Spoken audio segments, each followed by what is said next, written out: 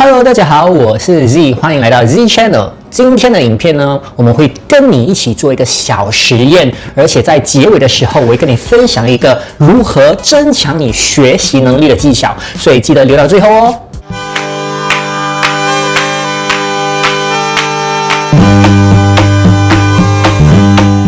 今天我们会继续探讨这本 Brain Through 的第8章。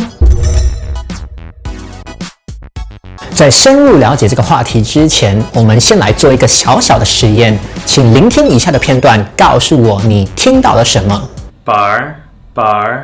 bar bar bar bar。我相信你听到的是 bar bar bar。好的，接下来我们再看这个影片。bar bar bar bar bar bar。我相信多数人听到的都是 far far far。其实第一个影片跟第二个影片，他们所用的这个语音是同一个语音，也就是其实一直以来你听到的都是 bar bar bar。然而，当你眼睛看着第二个影片的影像时，你会听到 far far far。不信的话，你可以看一看接下来这一个片段，你可以看左边，再看右边，然后再看回左边、右边，看有没有什么差别。bar bar bar bar bar bar。是的，当你看左边的时候，你会听到 bar bar bar， 而当你看右边的时候，你就会听到 far far far。这就是我们所谓的 Magee effect。而这个实验呢，就告诉了我们一件事：我们所有的感官都不是分开去处理资讯的，而是把所有资讯结合之后一并一起处理，那我们才会对周围的世界有一个感知。在我们感知周围世界的过程当中，我们必须经历3个步骤。首先，第一点，我们要感测，也就是把我们用这个感官收集到的资讯，然后通过第2个步骤，也就是路线传送，传达到我们相对的脑区域当中，那我们的脑才能感知。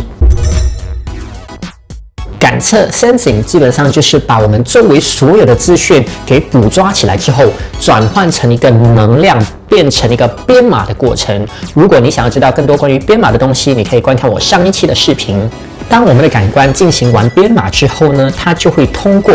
第2个步骤，也就是路线传送，来把相关的资讯传达到相对的脑区域当中。当这些资讯传达到相对的脑区域之后，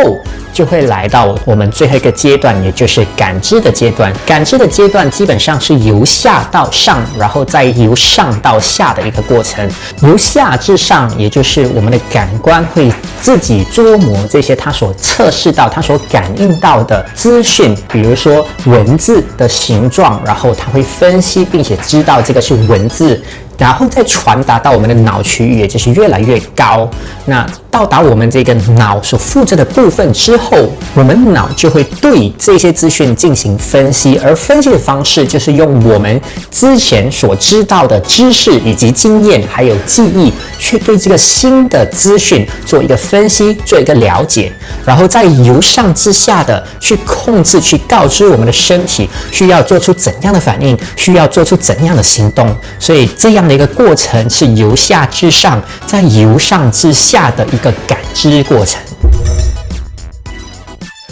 我相信你一定有听说过，当一个人失去视觉的时候，他的听觉极可能会上升。然而研究告诉我们并非如此。其实当我们把2个或以上的感官一起使用的时候，我们的吸收到的资讯以及讯息是更加的准确。而刚才的那个例子，当我们把视觉盖上之后，我们听觉提升的主要原因更多是因为我们吸收的资讯减少了，所以我们更加的专心在另外一个感官上面。实际上，如果你要得到最准确的资讯，当你看这样东西的时候，再加上听觉的时候，当听觉与视觉同时结合，那脑袋其实更加容易、更加准确的去分析出你所看到、你所听到的一个物件、物品到底是什么。这样的资讯其实更加准确。而研究也显示，当我们把听觉、触觉还有感觉结合在一起的时候，学习的效果以及解决问题的能力会更加的提升，更加的高。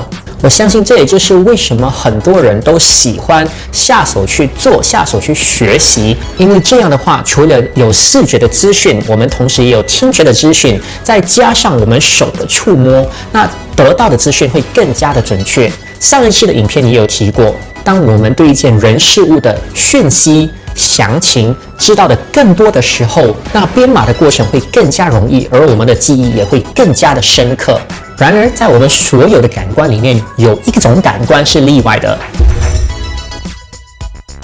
没错，就是我们的嗅觉。我们的嗅觉和其他的感官如视觉、听觉是有差别的。刚才我们提到，我们要感知一些东西的时候，它是由下至上，然后再由上至下。然而，我们的嗅觉却可以跳过这个过程，直接进入到上层。而嗅觉跟我们这块脑区域 amygdala 有一个很大的关联。我们嗅觉所吸收到的资讯，一般上会直接传达到 amygdala， 然后呢 amygdala 就会激起这些情绪的记忆、情绪的资讯，然后就会产生一个连结，从而让我们对这个气味的印象更加的深刻。这也就是为什么气味是最容易引起我们对一些回忆的纪念。而研究也意外的发现，嗅觉其实可以提升我们的学习能力。在睡眠的那一期影片当中，我们也有提过，在睡眠的过程当中，我们的脑会把当天所经历过的一切重新的播放一遍，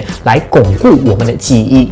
而研究也显示，如果在这一天的过程当中，有一些时段是有特别嗅觉被激发的情况下，这些记忆的片段在这个重播的过程当中会更加的深刻，这也就让我们对这件事情的印象更加深刻。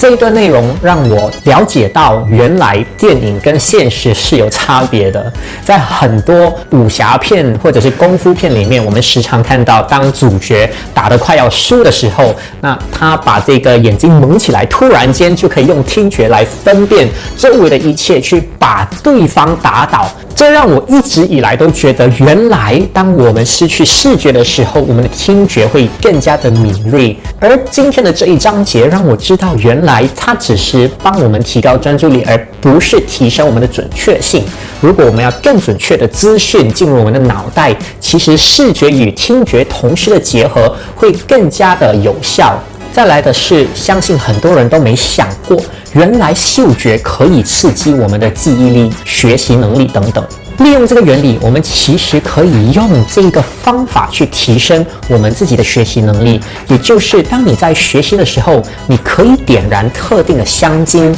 而这香精会刺激我们的味觉，然后同时把你在那个阶段所学习的知识，当你在睡眠的过程当中不断的重新播放，去加深你的印象。因此，在学习的朋友们，如果你想要加强你学习的效果，不妨试试这个方式，然后在我的影片下面留言告诉我它是否有用。好啦，今天的分享就到这里。下一期呢，我们会继续为你分享更多关于这个大脑12原则的内容。如果你喜欢我们的视频，记得点阅、按赞或者分享给你的朋友哦。下期见。